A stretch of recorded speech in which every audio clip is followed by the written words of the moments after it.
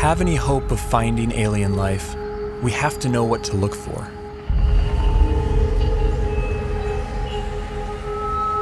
But where do we begin?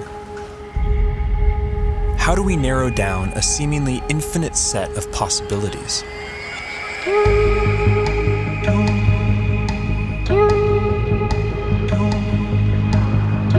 There's one thing we know for sure.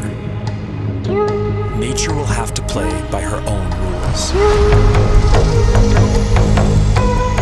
No matter how strange alien life might be, it's going to be limited by the same physical and chemical laws that we are.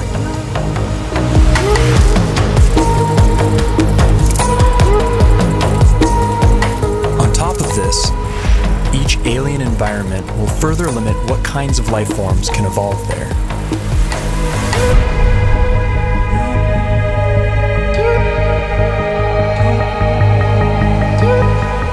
Despite these natural boundaries, the possibilities are staggering to imagine. Trillions of planets, each a unique cauldron of chemicals undergoing their own complex evolution.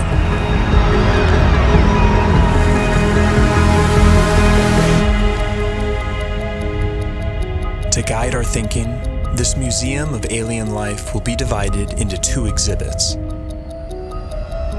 Life as we know it, home to beings with biochemistries like ours, and life as we don't know it, home to beings that challenge our concept of life itself.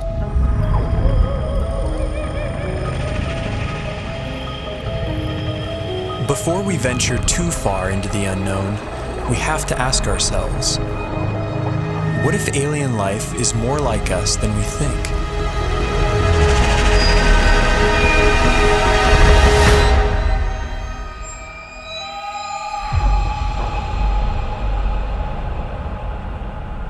If there's one feature that unites us with the other specimens in this museum, it's carbon.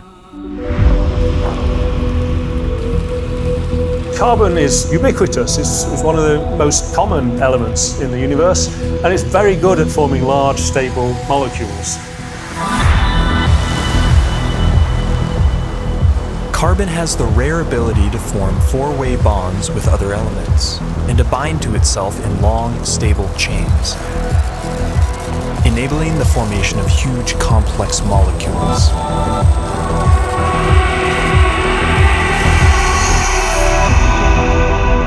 This versatility makes carbon the centerpiece in the molecular machinery of life.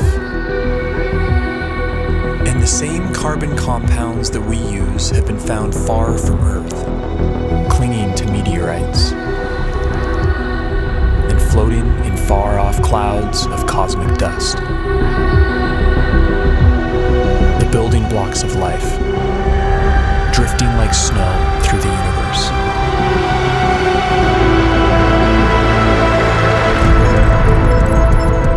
And if alien life has selected other carbon compounds for their biochemistry, they will have plenty to choose from. Scientists recently identified over 1 million possible alternatives to DNA, all carbon-based.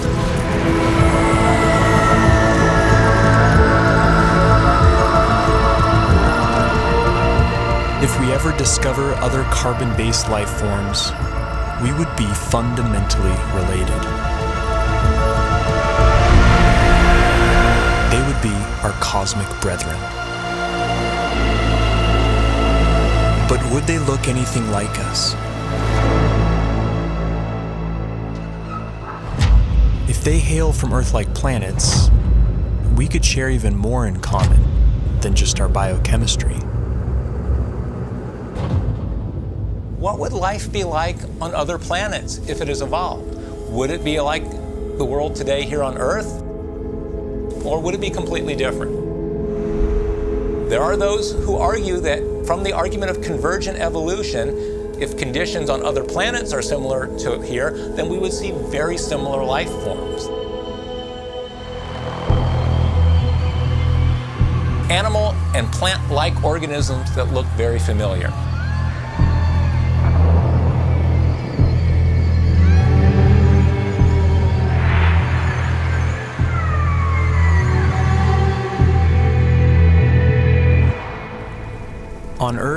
certain features like eyesight, echolocation, and flight have evolved multiple times independently in different species.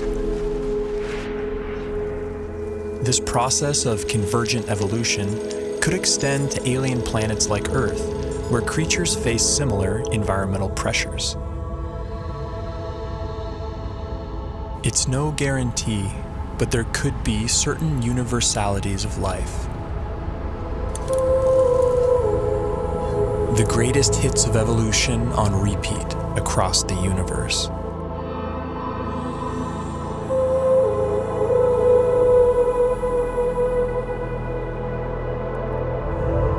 Each feature would be attuned to its local environment. Dimly lit planets would produce huge eyes to suck in extra light, like nocturnal mammals. Some people have gone so far as to say that human-type organisms, humanoids, will occur on other planets.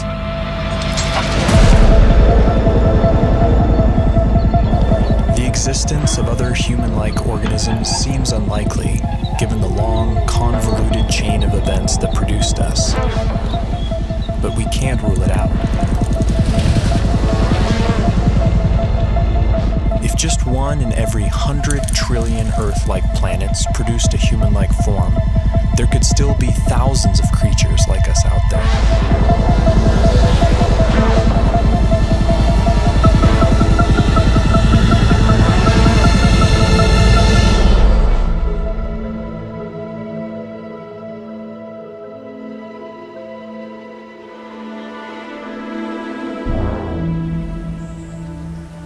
Convergent evolution is also rampant in plant life, and C4 photosynthesis has arisen independently over 40 times.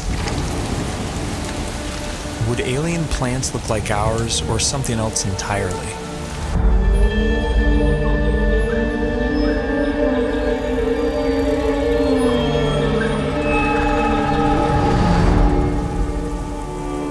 On Earth, plants appear green because they absorb the other wavelengths in the sun's light spectrum. But stars come in many colors. And alien plants would evolve different pigments to adapt to their sun's unique spectrum.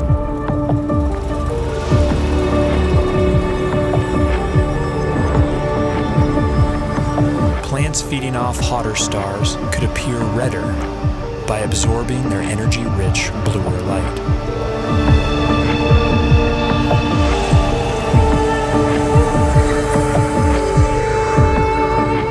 Around dim red dwarf stars, vegetation could appear black, adapted to absorb all visible wavelengths of light.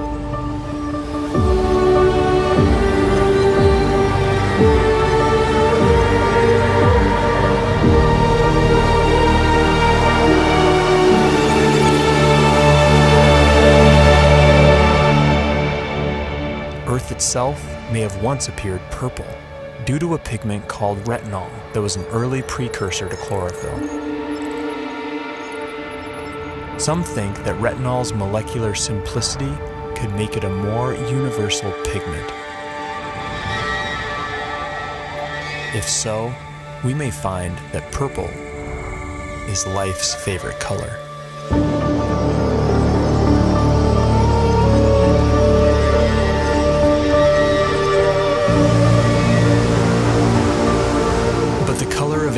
Vegetation is more than just a curiosity. It's chemical information that could be seen from light years away.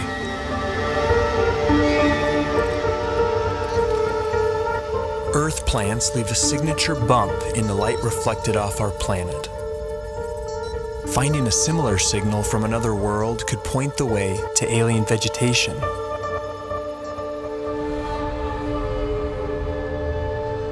Perhaps this will be our first glimpse at alien life, a vibrant hue cast by a distant world.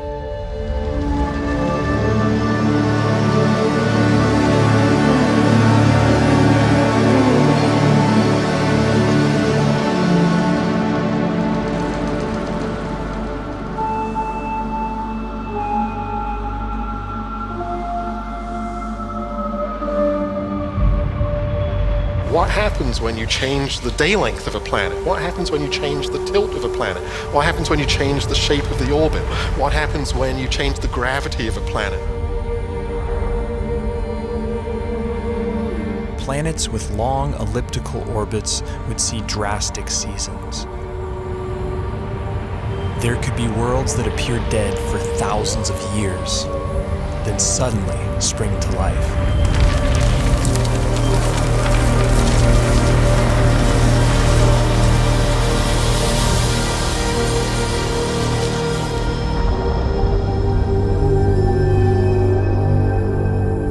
Most of the rocky planets discovered so far have been massive super-Earths.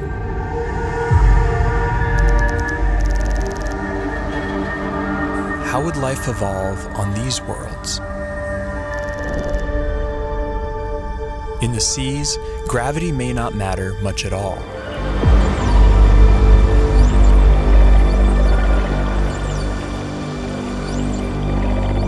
A high-gravity planet isn't high gravity all over. If you're in the sea, and that's where all life starts, there's very nearly no gravity because you're much the same density as the stuff around you. It's when the animals come out on land that they feel the gravity. High G-forces would necessitate large bones and muscle mass in complex life on land. They would also demand a more robust circulatory system. And plant life could be stunted by the energy cost of carrying nutrients under stronger gravity.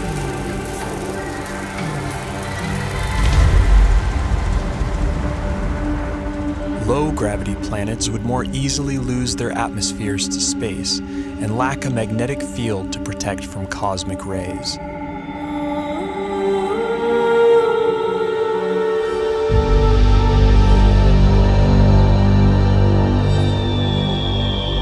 But smaller worlds could be home to secret oases.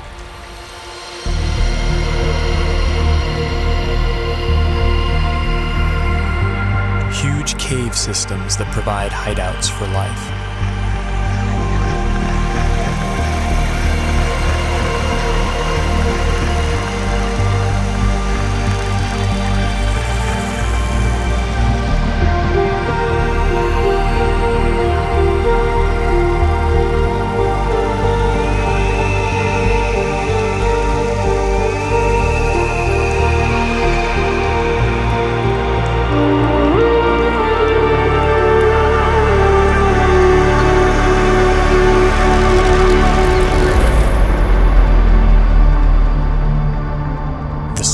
Possible habitable planets are estimated at 2.5% Earth's mass.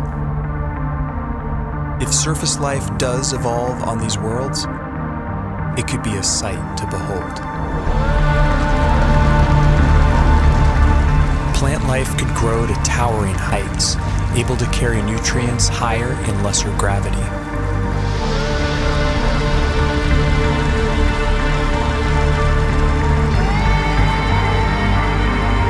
Without the need for bulky skeletons and muscle mass, animals could have body types that boggle the mind.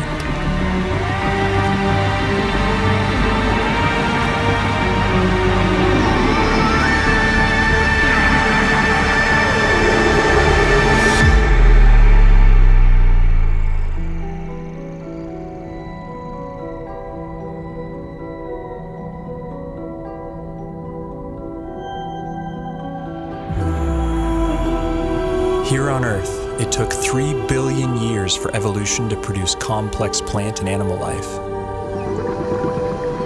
Simpler organisms are hardier, more adaptable, and more widespread.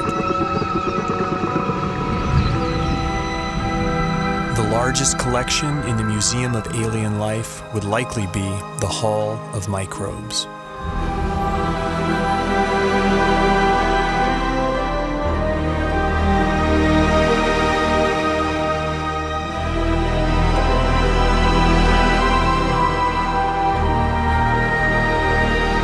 Yet finding even the tiniest alien microbe would be a profound discovery.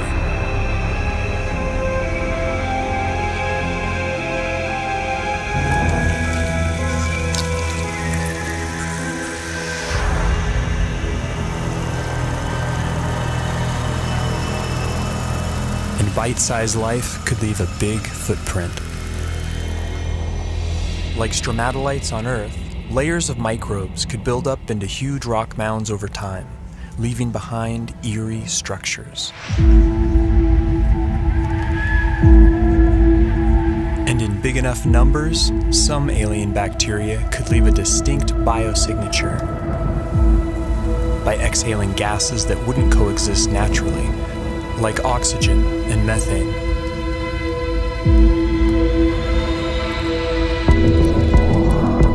There's ways to make oxygen without life, there's ways to make methane without life, but to have them in the atmosphere together is almost impossible unless you've got biology making those gases at the surface. And it would have an imprint on the planet's spectrum of colors. Next-generation space telescopes could find a signal like this on a world not far from home. The closest Sun-like star with an Earth-like exoplanet in the habitable zone is probably only 20 light years away and can be seen with the naked eye.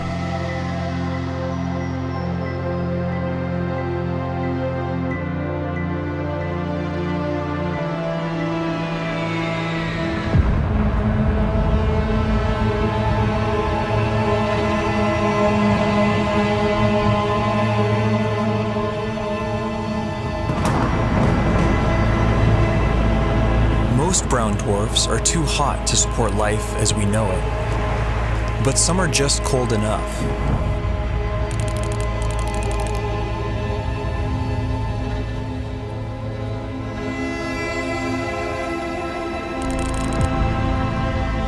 All the prime elements for life have been detected inside their atmospheres.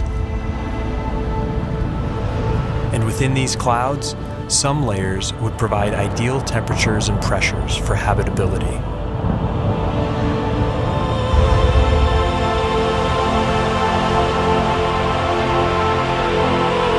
There could be photosynthetic plankton in these skies, kept aloft by churning upwinds.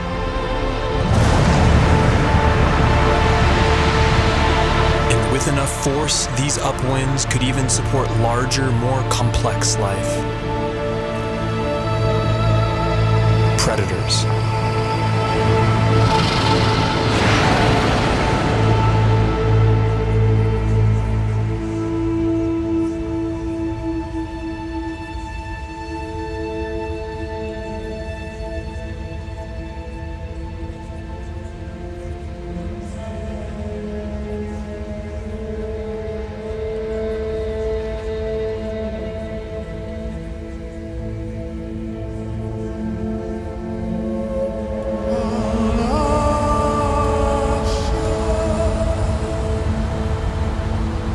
This raises a crucial question. What if we've been looking in all the wrong places? What if nature has other ideas?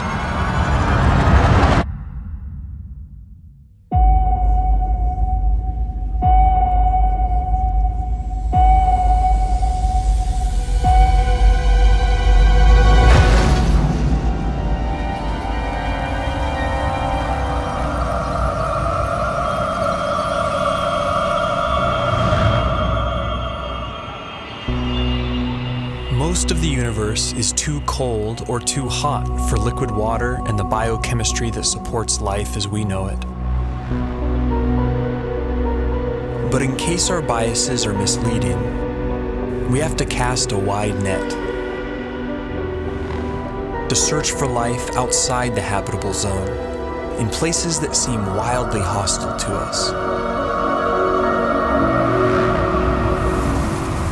Exotic environments will demand exotic biochemistries, and while no element can match carbon's versatility, one contender is a frontrunner.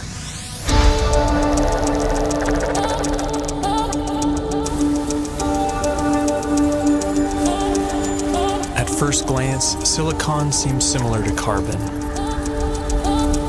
It forms the same four-way bonds and is also abundant in the universe. But a closer look reveals that these two elements are false twins. Silicon bonds are weaker and less prone to forming large, complex molecules. Despite this, they can withstand a wider range of temperatures, opening up intriguing possibilities. Life based on the silicon atom instead of carbon would be more resistant to the extreme cold, providing a whole new range of weird forms. But silicon has a problem. In the presence of oxygen, it binds into solid rock. To avoid turning to stone, silicon beings might be confined to oxygen-free environments, like Saturn's frigid moon, Titan. Its vast lakes of liquid methane and ethane could be an ideal medium for silicon-based life or other radical biochemistries.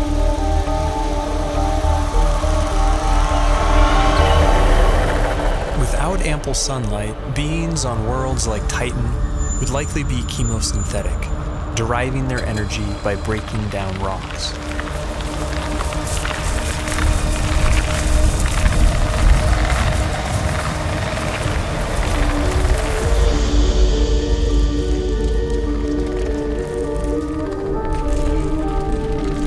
Such life forms could have ultra-slow metabolisms and life cycles measured in millions of years.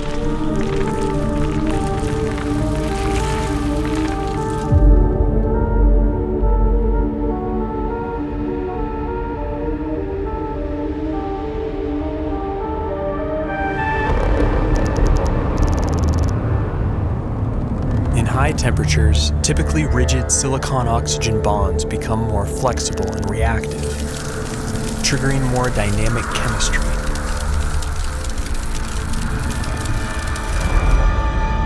This has led to a truly bizarre proposal: silicon-based life forms that live inside molten silicate rock.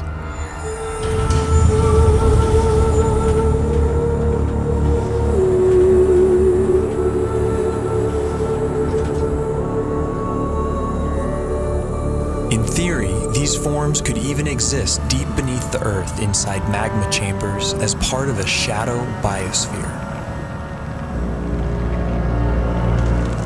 If so, then the aliens are right under our noses.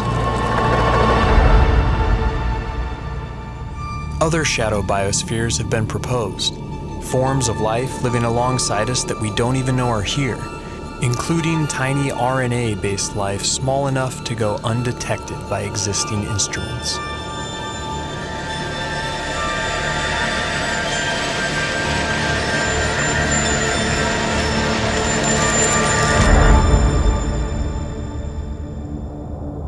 Clouds of dust in empty space might seem like the last place you'd expect to find anything living. But when cosmic dust makes contact with plasma, a type of ionized gas, something strange happens.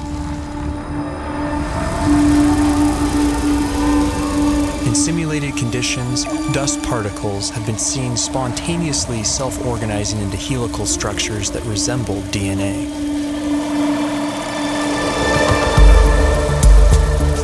These plasma crystals even begin to exhibit lifelike behavior, replicating, evolving into more stable forms, and passing on information.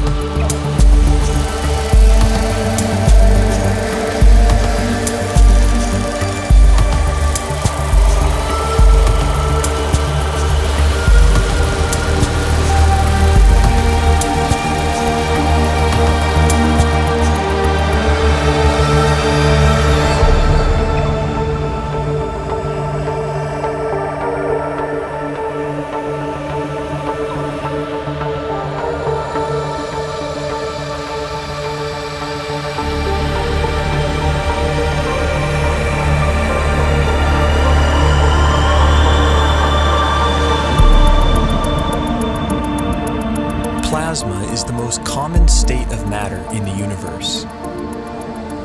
If complex evolving plasma crystals really exist, and if they can be considered life, they could be its most common form.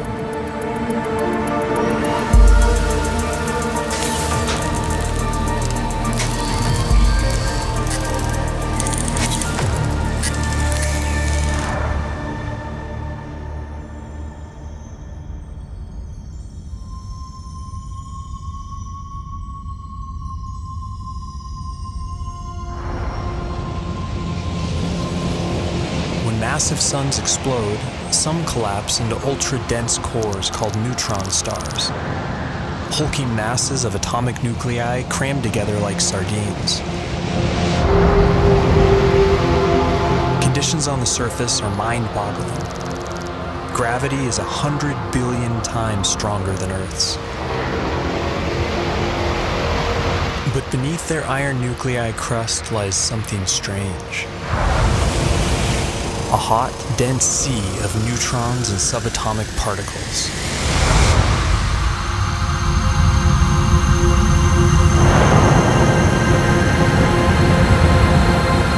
Stripped of their electron shells, these nuclei would obey entirely different laws of chemistry, based not on the electromagnetic force, but the strong nuclear force which binds nuclei together. In theory, these particles could link up to form larger macronuclei, which could then combine into even bigger supernuclei.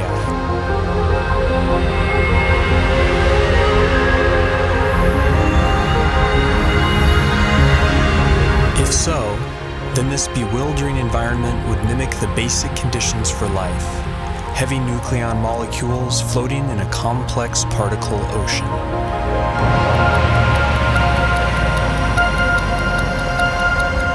Some scientists have proposed the unimaginable: exotic life forms drifting through the strange particle sea, living, evolving, and dying on incomprehensibly fast timescales.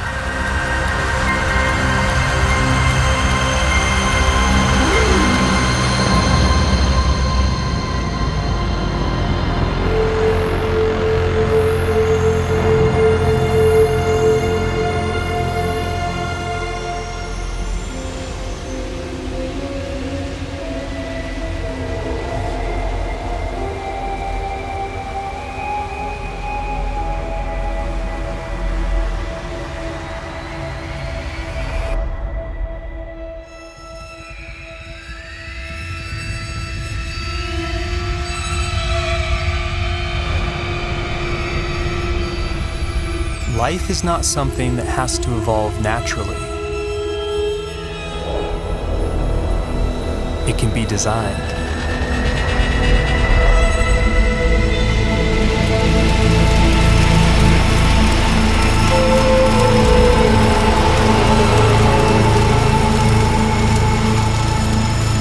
And once intelligence is introduced into the evolutionary process, a Pandora's box is opened.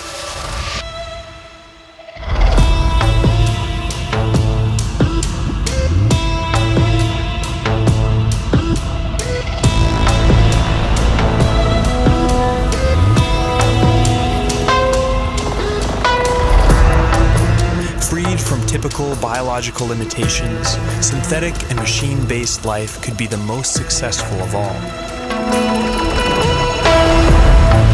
It could thrive almost anywhere, including the vacuum of space, opening up vast frontiers unavailable to biological organisms.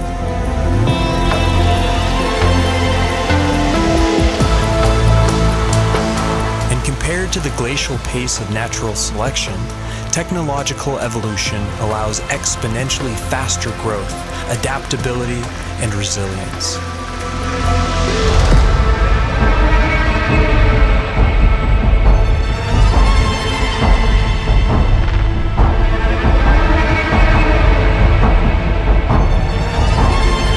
By some estimates, autonomous self-replicating machines could colonize an entire galaxy in as little as 1 million years.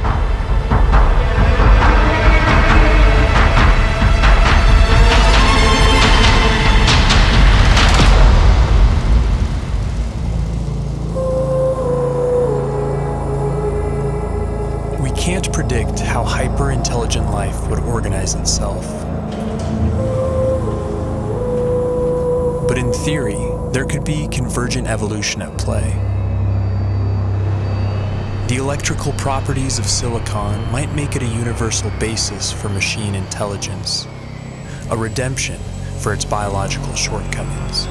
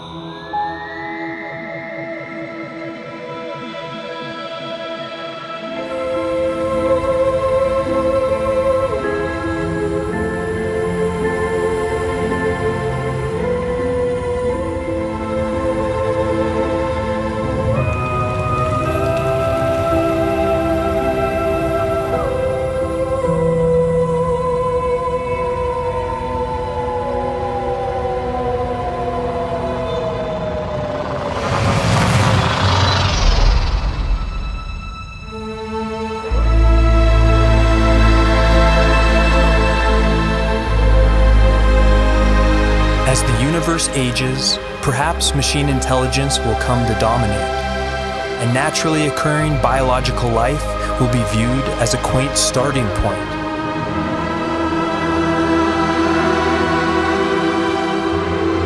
Perhaps we ourselves will lead this transition, and the great human experiment will be merely a first link in a sprawling intergalactic chain of life.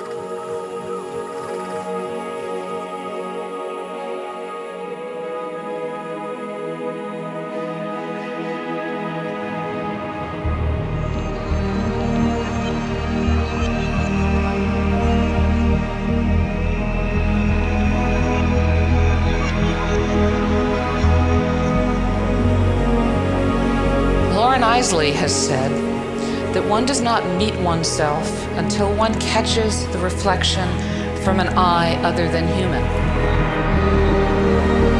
One day that eye may be that of an intelligent alien. And the sooner we eschew our narrow view of evolution, the sooner we can truly explore our ultimate origins and destinations.